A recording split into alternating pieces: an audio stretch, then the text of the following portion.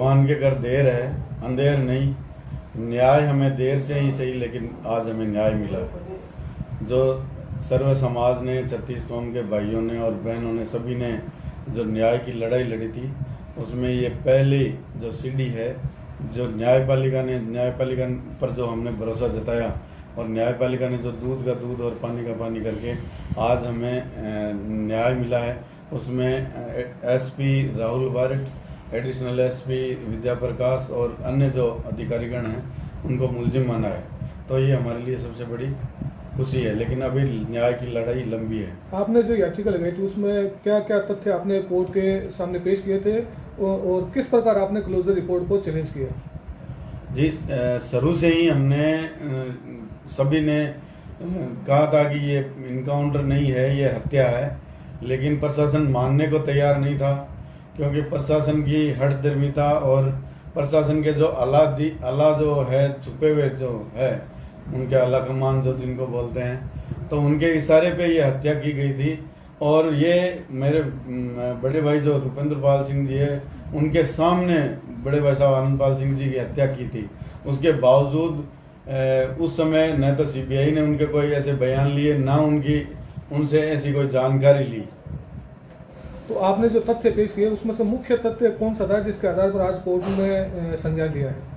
जी, सबसे बड़ा मुख्य तो यही था कि जो मुख्य गवाह थे रुपेंद्र पाल सिंह, उनके बयान और उनकी मृत्यु से पहले जो उनके साथ मारपीट की गई थी, उन मारपीट की जो चोटें हैं उनको देखते हुए कोर्ट ने ये आदेश किया। कितने अफसरों पर आपने ये आरोप लगाया था कि उन्होंने हत्या की है? कौन कौन थे वो लोग?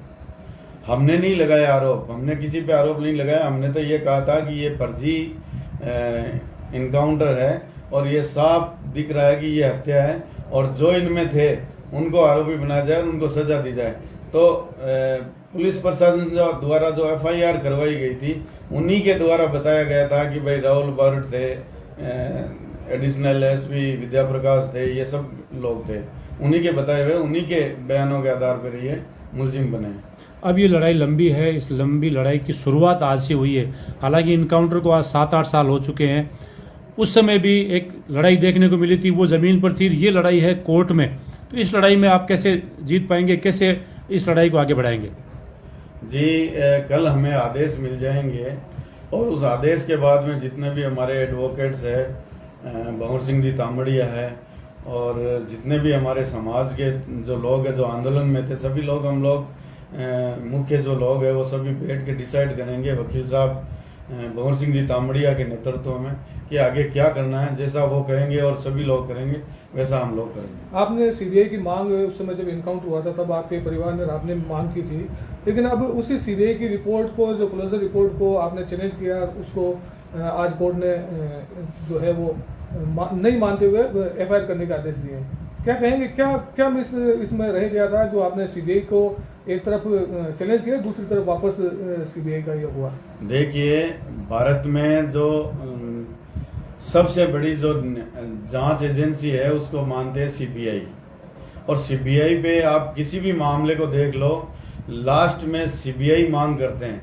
क्यों करते हैं? कि सीबीआई पे सबको विश्वास है कि सीबीआई न्याय करती है, लेकिन इस मामले में उल्टा हुआ। जो न्याय मांग रहे थे उनके खिलाफ सीबीआई ने जांच की और उनको झूठा फंसा के मुलजिम बना दिया। जो वास्तविक जांच उनको करनी थी फर्जी इनकाउंटर की, वो तो उन्होंने की नहीं, और उल्टा जो न्याय मांगने वाले लोग थे उनको मुलजिम बना दिया। उस समय भारतीय जनता पार्टी की सरकार थी, वसुंधरा मुख्यमंत्री थी, तो उस समय भी बीजेपी थी, आज भी भाजपा की सरकार है। तो आज की भाजपा सरकार से आप क्या उम्मीद करते हैं कि आपको न्याय मिलेगा? आज की भाजपा सरकार भजनलाल जी की सरकार है और उस समय थी वसुंधरा जी की सरकार। तो उस समय वसुंधरा जी ने, आपने न्यूज़पेपरों में भी देखा होगा कि जो गृह मंत्री थे गुलाब चंद जी कटारिया, उनको इस बारे में कुछ भी पता नहीं था। रात को 12 बजे इन्होंने बताई थी। एक हत्या करने के बाद में, चाहे वो इनकाउंटर हो या कुछ भी हो, लेकिन मानव वध तो था। वहाँ पे अगर कोई आदमी बधाई देता है, खुशी होता है, तो इसका मतलब ये हो गया कि वो डायरेक्ट कहीं न कहीं उनमें आपस में वो राजनीतिक वर्चस्व बनाने के लिए वो हत्या करवाई गई थी।